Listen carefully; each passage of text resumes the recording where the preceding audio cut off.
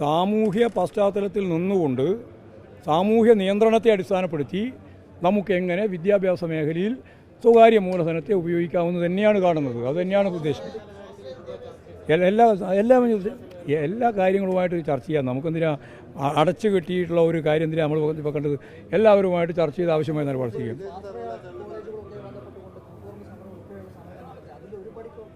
സ്വാശ്രയ കോളേജുകളിൽ എത്ര കൊല്ലമായിട്ട് ഇവിടെ തുടരുകയാണ്? അല്ല, അതാ ഞാൻ പറഞ്ഞത്. ഇപ്പോൾ സ്വാശ്രയ കോളേജ് മോറാടിയിൽ ഇപ്പോൾ സ്വാശ്രയ കോളേജ് ഉണ്ടല്ലോ, കോപ്പറേറ്റീവ് അടിസ്ഥാനത്തിൽ. സാമൂഹ്യ പശ്ചാത്തലം വേണമെന്നേ ഉള്ളൂ. ഇപ്പോൾ അഞ്ചാമ്പടിയിലുണ്ട്, ഇല്ലേ? ഉണ്ട്, അറിയോ? ഉണ്ടോന്ന് ഉണ്ടില്ലേ? രാത്രിയില്ലേ? മുന്നാടില്ലേ? കാഞ്ഞിരങ്ങാടില്ലേ?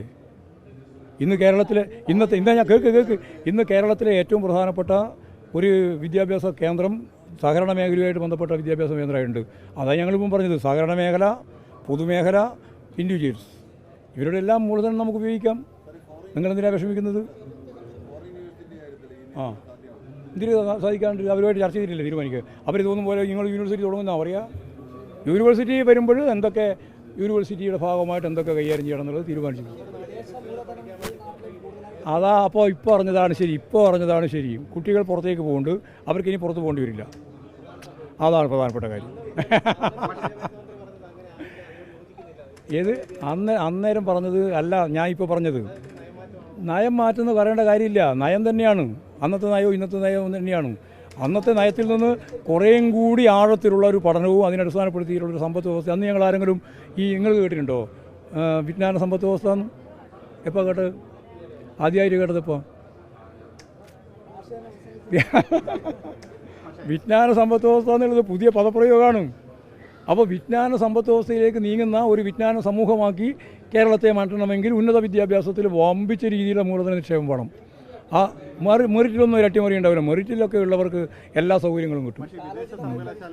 ഏറ്റവും നല്ല മെറിറ്റുള്ളവരല്ലേ ഉന്നത വിദ്യാഭ്യാസത്തിന് ആവശ്യമുള്ളത്. അത് ഏത് യൂണിവേഴ്സിറ്റി ആയാലും ഏത് വിദേശമായാലും ആരും അത് അംഗീകരിക്കും.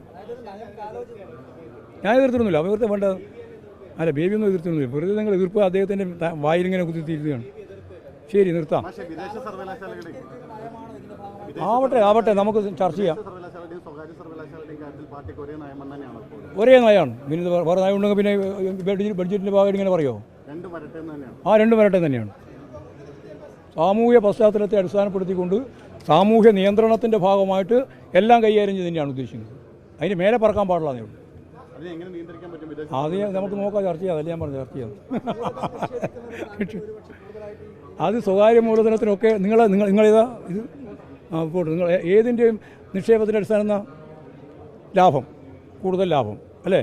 പിന്നെ റിപ്പോർട്ടറാകുമ്പോൾ അത് മാത്രമല്ല, ഈ മാധ്യമങ്ങൾ വരുമ്പോൾ കുറച്ചുകൂടി വേറൊരു താല്പര്യമുണ്ട്.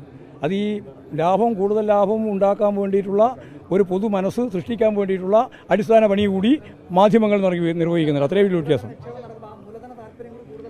ഒരു സംശയമില്ല, മൂലധന താല്പര്യം ഉണ്ടാവുന്നു.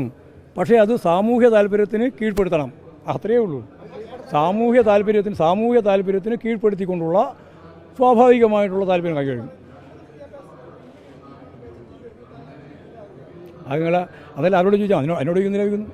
ഞാൻ നയം പറഞ്ഞു. ഞാൻ നയം വ്യക്തമായില്ല. നിങ്ങൾക്ക് ഇനി എന്തെങ്കിലും നയം വ്യക്തമാക്കാനുണ്ടെങ്കിൽ പറഞ്ഞോ. അവരിങ്ങനെ പറഞ്ഞു ഇങ്ങനെ പറഞ്ഞു പറയണ്ട. നിങ്ങൾക്ക് നയം വ്യക്തമായോ? എന്താ പറയാം? നിങ്ങൾ ഏതാ പത്രം?